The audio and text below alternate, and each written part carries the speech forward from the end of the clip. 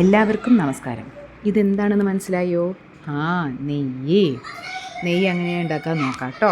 അപ്പോൾ നമുക്ക് പാല് കാച്ചുന്ന സമയത്ത് കിട്ടുന്ന ആ പാലിൻ്റെ ആടയൊക്കെ കുറച്ച് എടുത്ത് വെച്ചിട്ട് ഒരു ജാറിൽ ഇട്ട് സ്മാഷ് ചെയ്യാം. അപ്പോൾ സ്മാഷ് ചെയ്യുന്ന സമയത്ത് ഒരുപാട് ഫസ്റ്റൊക്കെ വെള്ളം ചേർക്കാതെ അടിക്കുക. അപ്പോൾ 1 2 3 ആ കൗണ്ടിൽ മതി. ബിക്കോസ് ഒരുപാട് ഫാസ്റ്റായിട്ട് ഇട്ടെന്ന് വെച്ചാൽ അത് പിന്നെയും വെള്ളമായിട്ട് അലിഞ്ഞു പോകും.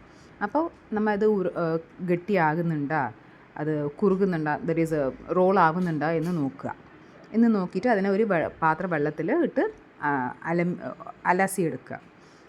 എടുക്കുന്ന സമയത്ത് നമ്മൾ നെയ്യ് കാച്ചുമ്പോൾ പാത്രത്തിൽ ഒട്ടിപ്പിടിക്കുന്നതൊക്കെ വേഗം കഴുകിയെടുക്കാൻ പറ്റും. അത് കാരണമാണ് നമ്മൾ വെള്ളത്തിലിട്ടിട്ട് ഒന്ന് കഴുകിയെടുക്കണത്. ഇത് വന്നിട്ട് ഈ തിള ഒതുങ്ങിയ ശേഷം ഈ സമയത്ത് നമ്മൾ കുറച്ച് അരി വറുത്തതിട്ടാൽ നല്ല മണമുണ്ടാകും. അത് പിന്നെ കഴിക്കുകയും ചെയ്യാം. ഞാനൊക്കെ കഴിക്കും. ഇത് നമ്മുടെ അമ്മയാണ് ഫിനിഷിങ് ടച്ച്. ബിക്കോസ് അമ്മൻ്റെ കൈപുണ്യം പറയണത് ഒരു സംഭവമാണ്. അത് ആറിയ ശേഷം ഒരു പാത്രത്തിലെടുത്ത് വെച്ച് നമ്മൾ ഫർദറായിട്ട് നമ്മൾ എന്തിനു വേണമെങ്കിലും യൂസ് ചെയ്യാം. ഇതൊക്കെ വേഗം കഴുകിയെടുക്കാൻ പറ്റുന്നതാണ്. ആറിയ ശേഷമാണ് വേറെ പാത്രത്തിലെടുക്കേണ്ടത്.